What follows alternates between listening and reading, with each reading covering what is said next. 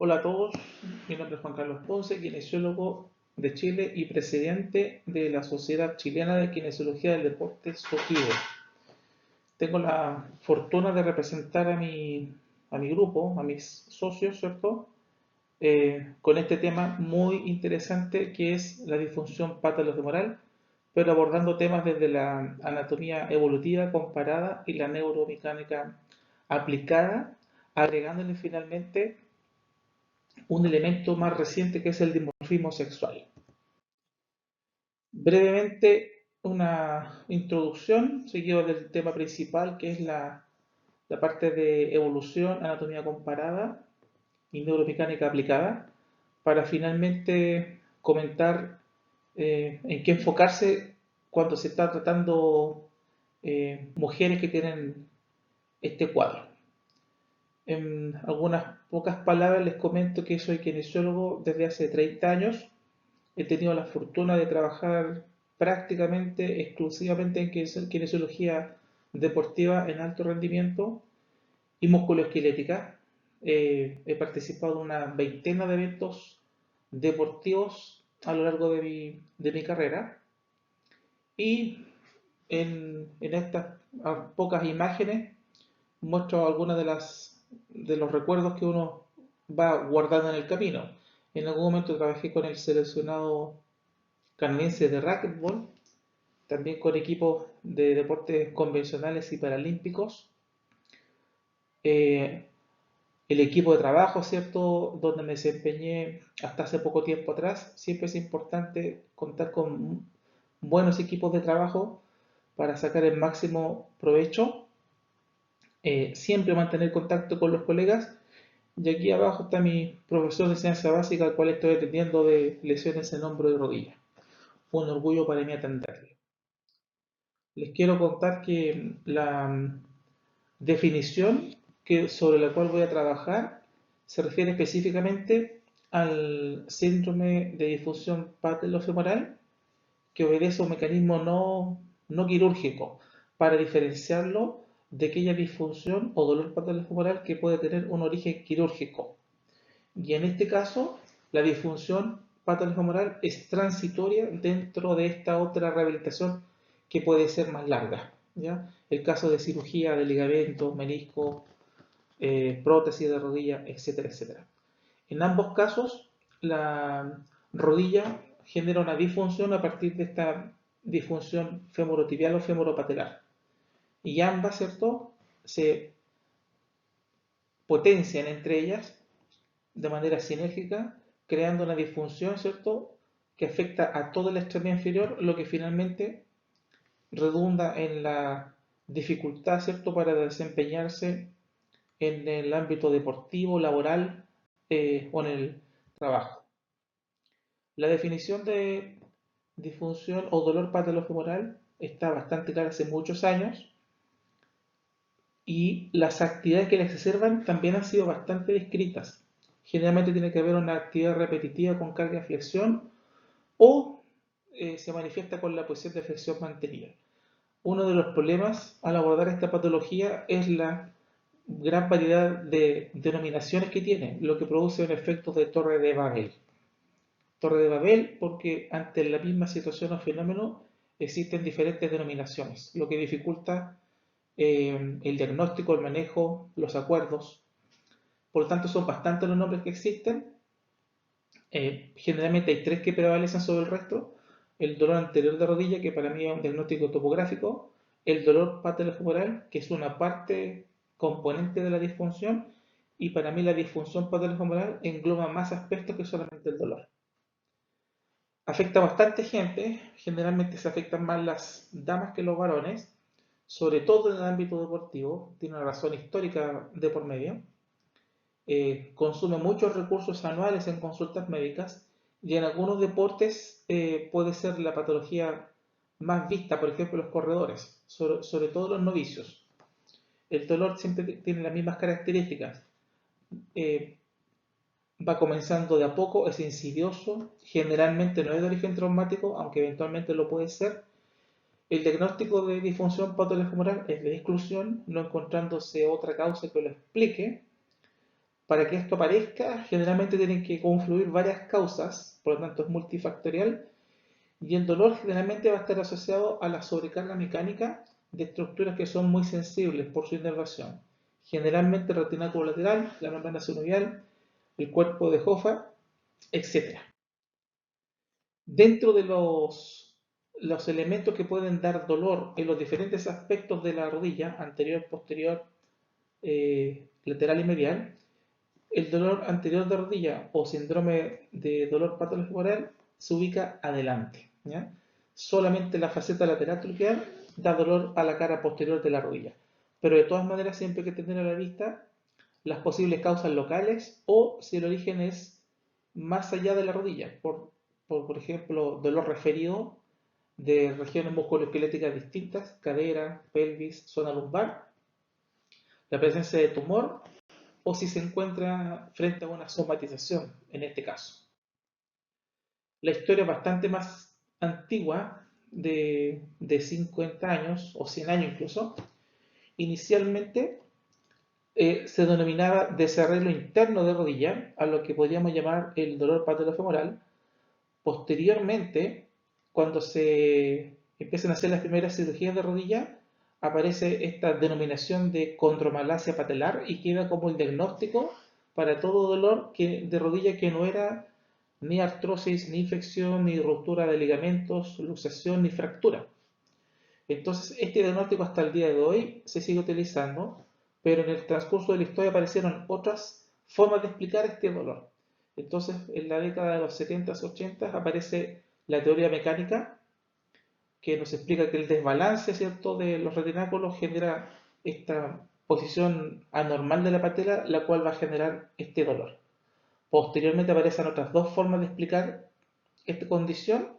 Una fue la teoría neural y la otra fue la teoría de la metastasis tisular.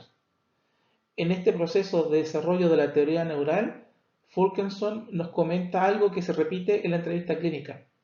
Los pacientes, en la medida que empiezan a hacer más actividad física, es posible que manifiesten esta condición. Y desde esos años en adelante, han habido muchos aportes desde muchos colegas de fisioterapia, pero también aportes de la medicina y la traumatología. Por lo menos de los kinesiólogos que conozco de nombre, me atrevo a mencionar a dos que considero que son gravitantes. Uno es la profesora Jenny McConnell y el otro es el profesor Christopher Powers.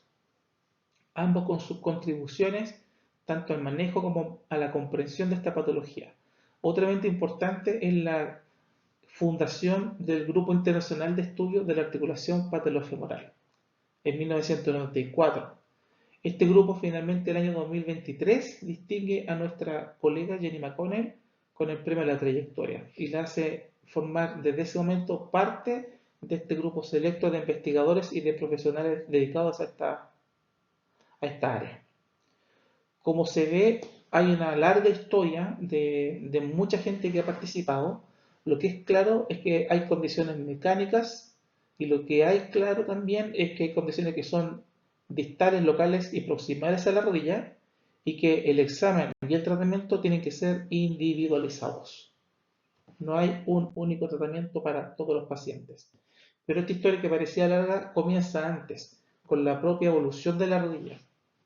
Si miramos la evolución de la rodilla, aparece como rodilla previamente tal en los tetrápodos. Entre ellos destaca Eriops, que es el antecesor de todos los mamíferos, reptiles y aves, dinosaurios también.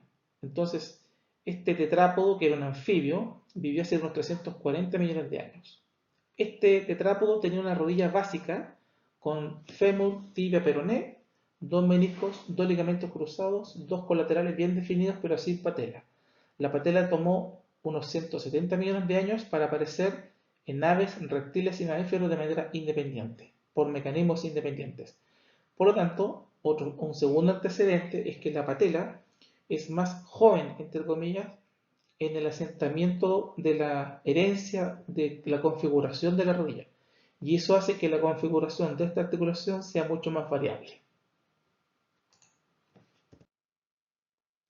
Desde el punto de vista anatómico humano, la articulación patelofemoral, entonces, Tiene esta configuración, ¿cierto? La patela con su gran cresta vertical que permite tener contacto con el surco troclear, que en este plano transversal tiene mucha estabilidad, pero en el plano congruencia, perdón, y en el plano sagital, esta articulación es la más incongruente de todo el cuerpo.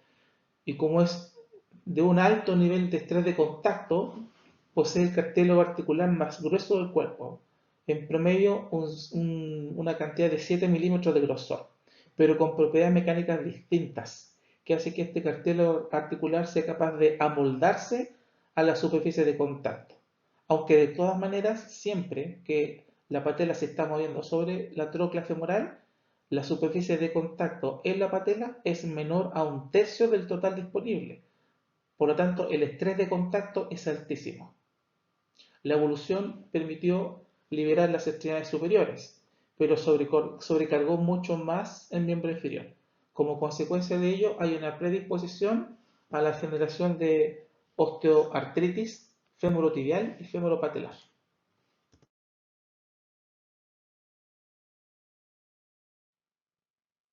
Si miramos la misma articulación patolofemoral, pero desde atrás hacia adelante, un lado derecho, vemos los elementos pasivos que van a estar participando en su estabilización, donde destacan el vasto medial oblicuo, el complejo del ligamento, el complejo patolofemoral medial que está compuesto por dos estructuras, una porción que va al tendón del cuádriceps y la otra porción que va a la patela, que es realmente el ligamento patolofemoral medial, principal estabilizador pasivo, variable en presencia y desarrollo.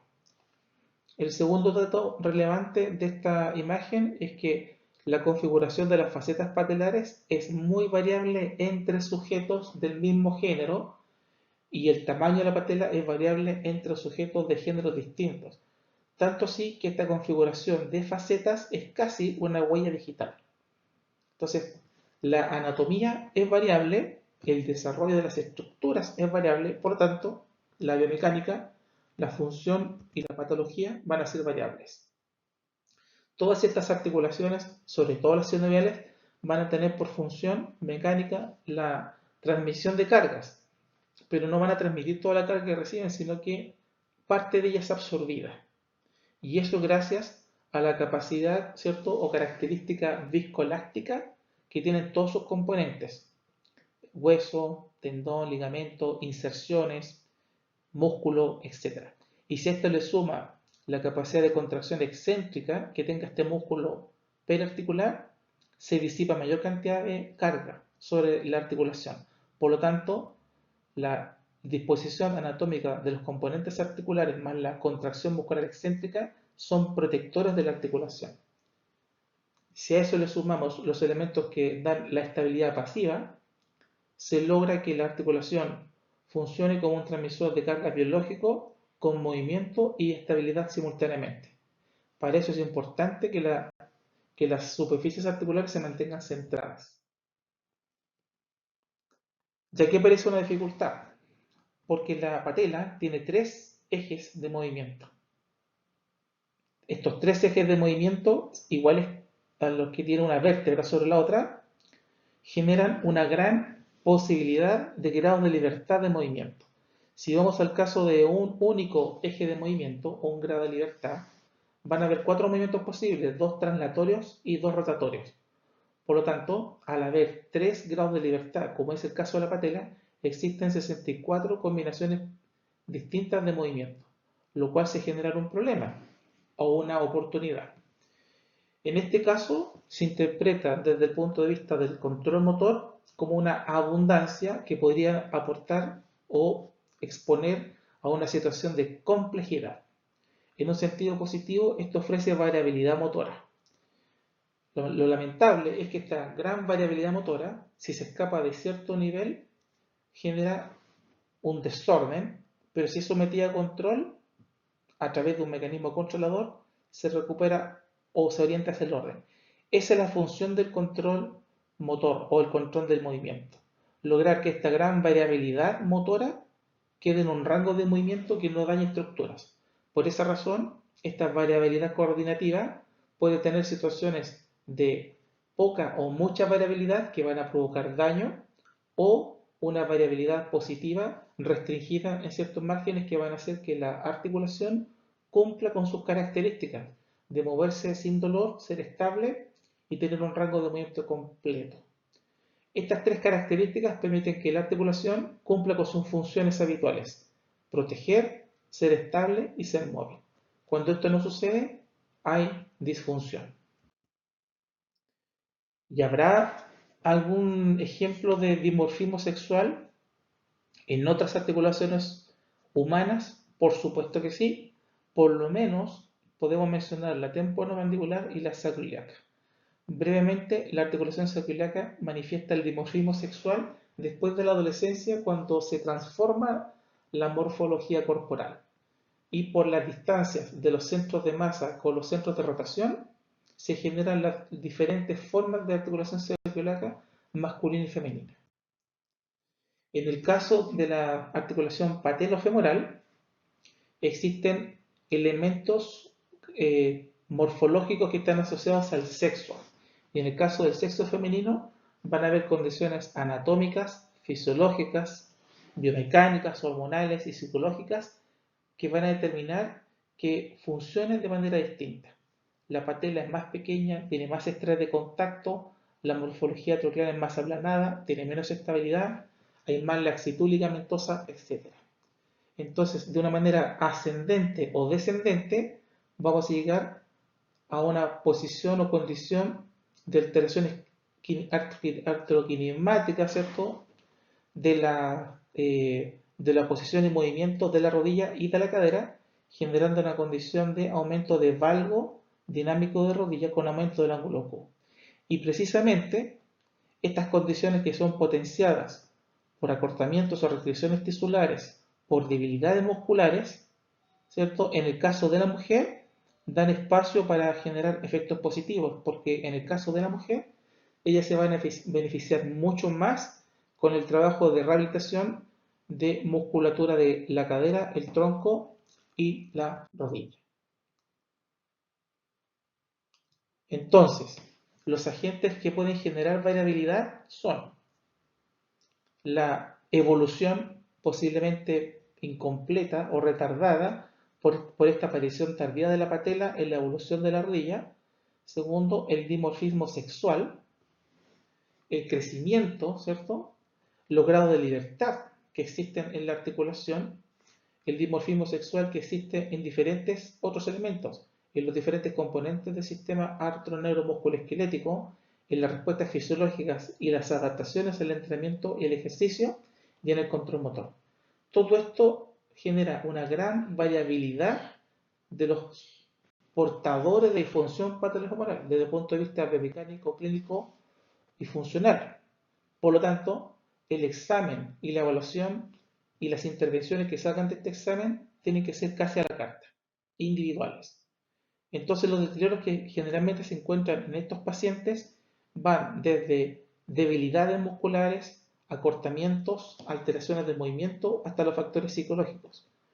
Sobre todo lo que tiene que ver con actividad muscular o control de movimiento, se pueden ver exacerbados por la presencia de fatiga muscular o inhibición muscular artrogénica.